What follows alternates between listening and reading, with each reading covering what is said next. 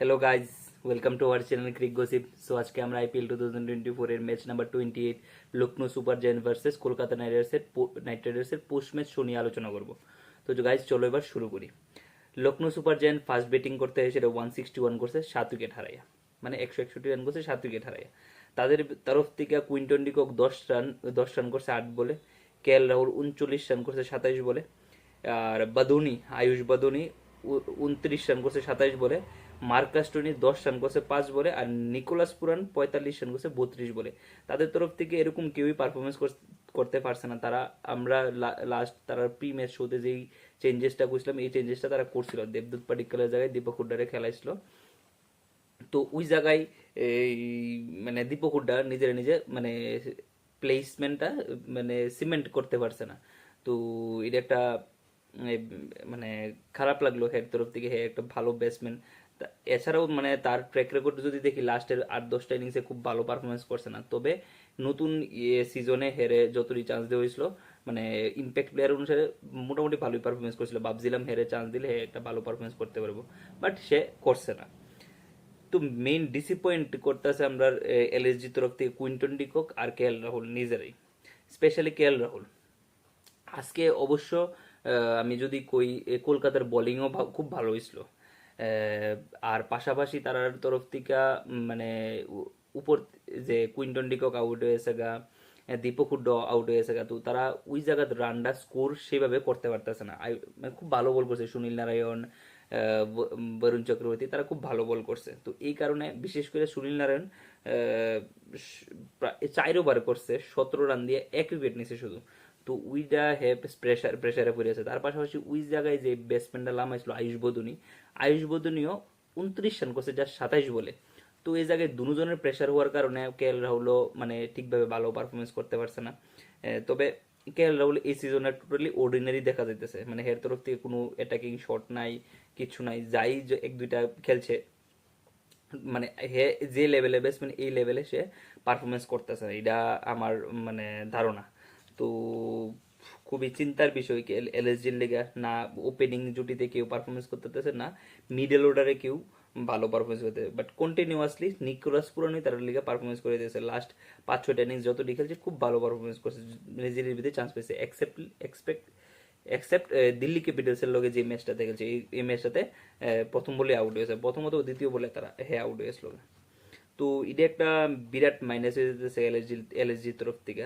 তাছাড়া আমি আজকে নো ডাউট কলকাতার বোলিং ডিপার্টমেন্টেরও ক্রেডিট দেওয়া দরকার। তারা মিচেল স্টার্ক 3 উইকেট নিচ্ছে 28 রান দিয়ে। আর সুনীল নারায়ণ তো কইলাম 17 রান, মানে 1 উইকেট নিয়ে 17 রান দিয়েছে। তো এই জায়গাতে একটা হর্ষিত রানা, বৈভব অরোরা, তারা মোটামুটি ভালো পারফরমেন্স করে গেছে। তো তারার প্রেশারই মানে এই যে স্টার্ক আর সুনীল নারায়ণ যে বলই করছে, ওই প্রেশারটি তারা মানে এলএসজি নিতে পারছে না, এটা আমার ধারণা।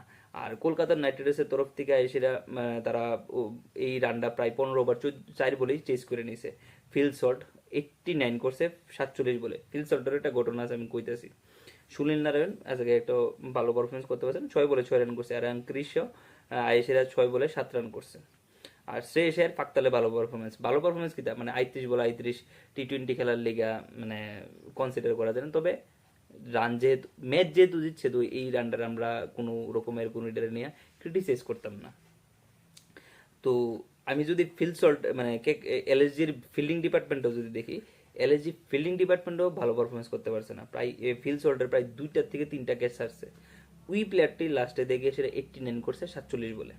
ঠিক আছে, তো এত কম রান 161 টার্গেটের ভিতরে তুমি যদি মানে একটা প্লেয়ারের 3বার চান্স দিতেছো, 2-3বার চান্স দিতেছো, ওই প্লেয়ারটি তো মানে অবশ্যই এই প্লেয়ারটি খেলাটা জিতে নিয়ে যাবো। তো এই প্লেয়ারটাই 89 করছে 47 বলে। তো এটা একটা বিগ মাইনাস ফর এলএসজি। আর মহসিন খান খুব ভালো বল করছে। মহসিন খান 2 উইকেট নিয়ে 2 উইকেট নিছে 29 রান দিয়া।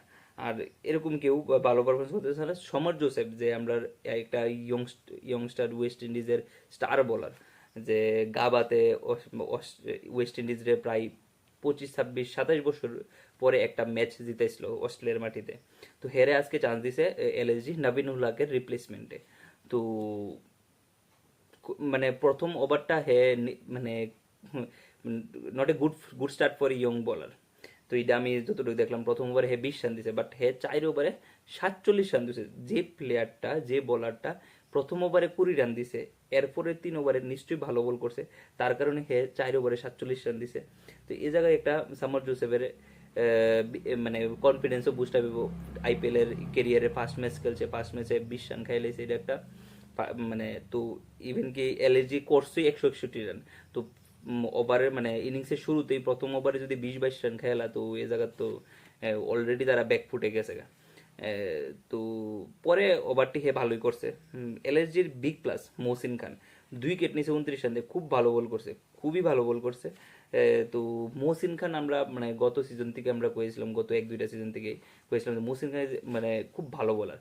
ব্যাপারটা হয়েছে হে ইনজুর্ড থাকার কারণে হে পারফরমেন্সটা শোকেস করতে পারতেছে না। তার পাশাপাশি আমরা ইন্ডিয়ান স্কোয়াডের লিগেও কন্টেন্ডার হিসেবে হে নিজে রিপ্রেজেন্ট করতে পারতেছে না।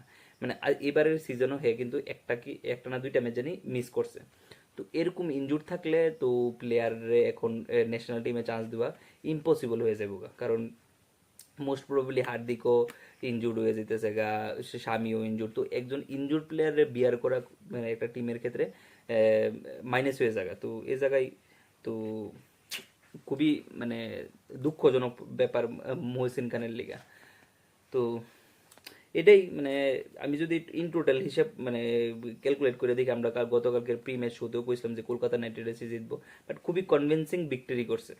তো এ জায়গাতে এলএসজির বোলিং ডিপার্টমেন্টও খুব ভালো বল করতে পারছে না, জাস্ট মহসিন খানই একটা খুব ভালো বল করছে। তাছাড়া তার কাছে রানও আসলো না, 162 এই ইডেন গার্ডেনের লিগা মানে এনাফ রান না।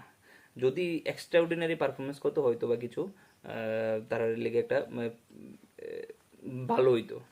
তো এই জায়গায় কেউই ভালো পারফরমেন্স করতে পারতেছে না। নেক্সট ম্যাচে দেখা যাক কেএল রাহুল কীরকম পারফরমেন্স করে। আমরা তো ইন্ডিয়ান ক্রিকেটের ফ্যান, ঠিক আছে না? তো ইন্ডিয়ান ক্রিকেটে মানে ক্রিকেট ফ্যান, তবে আমরা ইন্ডিয়ান প্লেয়ারের তো আমরা ব্যাক আপ করবোই না। তো এই জায়গায় কেএল রাহুল কতটুক পারফরমেন্স করতে পারে এইবার সিজনে, এটা একটা দেখার বিষয়। কিন্তু আমরা কিন্তু ইন টোটাল যদি অবজার্ভ করে দিই, কেএল রাহুল একদম অর্ডিনারি দেখা যাইতেছে, সে একটা ভালো পারফরমেন্স করতে পারতেছে না। দেখা যাক তারা কি করে। ঠিক আছে, তাহলে আজকের ভিডিওটা এখানেই শেষ করছি। আশা করি তোমাদের ভিডিওটা ভালো লাগবে। ঠিক এমনভাবেই বাকি টিমগুলি সম্পর্কে জানতে আমাদের YouTube channel Crick gossip subscribe করুন। তার পাশাপাশি লাইক এবং কমেন্ট করে আপনাদের মতামত জানান। থ্যাংক ইউ, গুড নাইট, শুভরাত্রি।